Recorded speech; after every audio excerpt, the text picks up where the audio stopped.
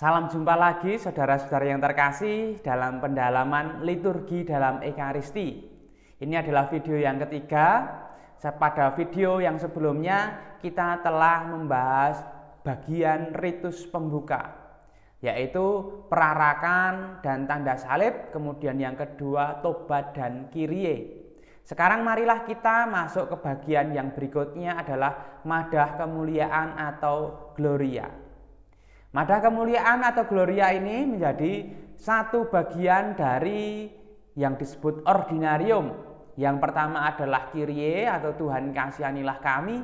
Kemudian yang kedua adalah Gloria atau madah kemuliaan ini. Pasangan selanjutnya adalah Sanctus atau Kudus. Dan yang terakhir adalah Anak Domba Allah atau Agnus Dei. Madah kemuliaan. Madah kemuliaan ini dilakukan atau kapan dilakukan dan didaraskan itu sesuai dengan petunjuk dalam penanggalan liturgi. Silahkan melihat video saya yang lain, sudah saya tunjukkan tentang cara membaca kalender liturgi. Di sana ada singkatan yang namanya KEM. Kalau di dalam hari itu nanti ada KEM, berarti itu hari itu perlu didaraskan kemuliaan. Yang lain biasanya KEM syah. Syah itu adalah syahadat atau kredo atau aku percaya.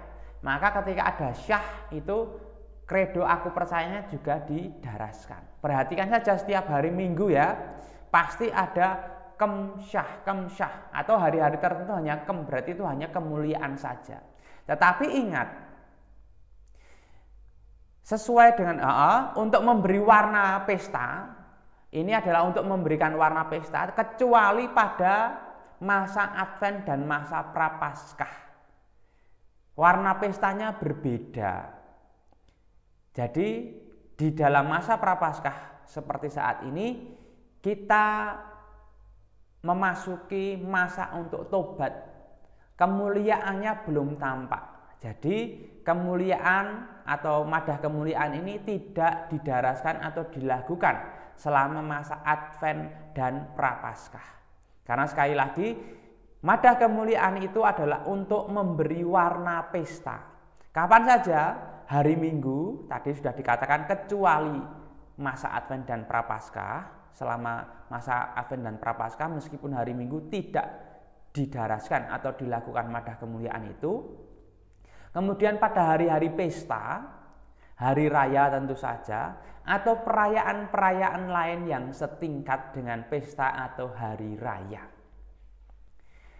Inti dari madah kemuliaan ini apa? Yaitu untuk memuji Allah dan Anak Domba Allah dan mohon belas kasihan Tuhan. Jadi ketika nanti kita memadahkan kemuliaan ini suatu ketika, mari kita dengan sepenuh hati membawa dan mengangkat hati dan jiwa kita untuk memuliakan Allah. Karena apa? Pertama, bersyukur atas anugerah hidup yang dianugerahkan kepada kita. Kemudian meskipun kita tidak pantas, Tuhan Allah sungguh memperhatikan kita, mengundang kita dalam perayaan Ekaristi, menganugerahkan keselamatan kepada kita. Ekaristi itu sungguh berdaya guna. Silahkan nanti membaca referensi tentang ini. Saya memiliki website yang sangat bagus, indocell.net/Yesaya. indocell.net/Yesaya. Di sana ada bacaan rohani yang sangat bagus tentang Ekaristi dan bermacam-macam. Silahkan membaca. Kita dianugerahi Ekaristi yang luar biasa, maka kita perlu memadahkan madah kemuliaan bagi Allah. Memuji Allah Bapa dan Anak Domba Allah dan mohon belas kasihan Tuhan. Bagian akhir, madah kemuliaan atau Gloria ini berasal dari zaman Kristen kuno. Kita tahu bahwa dalam perkembangan gereja perdana hingga tahun 300 Masehi gereja itu berkembang dalam penganiayaan. Pertama oleh orang-orang Yahudi, agama Yahudi yang menganggap kekristenan pengikut Yesus itu sebagai sekte yang sesat.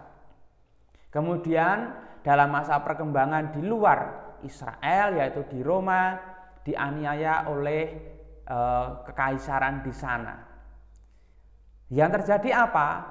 Umat Kristiani tetap berhimpun dan mengadakan perjamuan secara sembunyi-sembunyi. Yang disebut katakombe itu, ada katakombe itu adalah ruang-ruang bawah tanah, juga makam.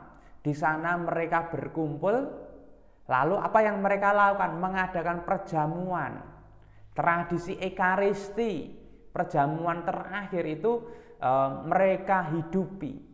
Dan di sana dalam zaman Kristen kuno ini dilakukan madah kemuliaan ini.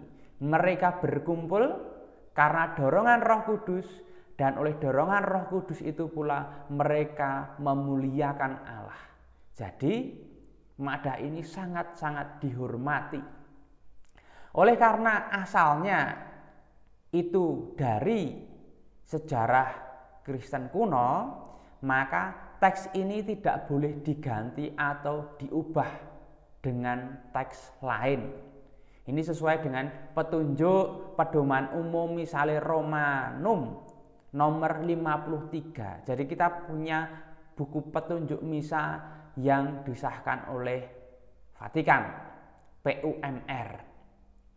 Cara pelaksanaan madah kemuliaan ini bagaimana? Yaitu diangkat atau dibuka oleh imam, tetapi juga lebih cocok dibuka atau diangkat oleh solis atau kor. Jadi selama ini biasanya salah kaprahnya, seakan-akan yang berhak untuk membuka mendaraskan awal, mengangkat madah kemuliaan itu adalah imam.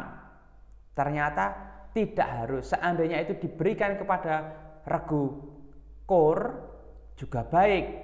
Misalkan biasanya imam mengangkat kemuliaan kepada Allah di surga, kemudian organ dan seterusnya, dan damai di bumi. Nah, bagian ini baru kor dan umat biasanya.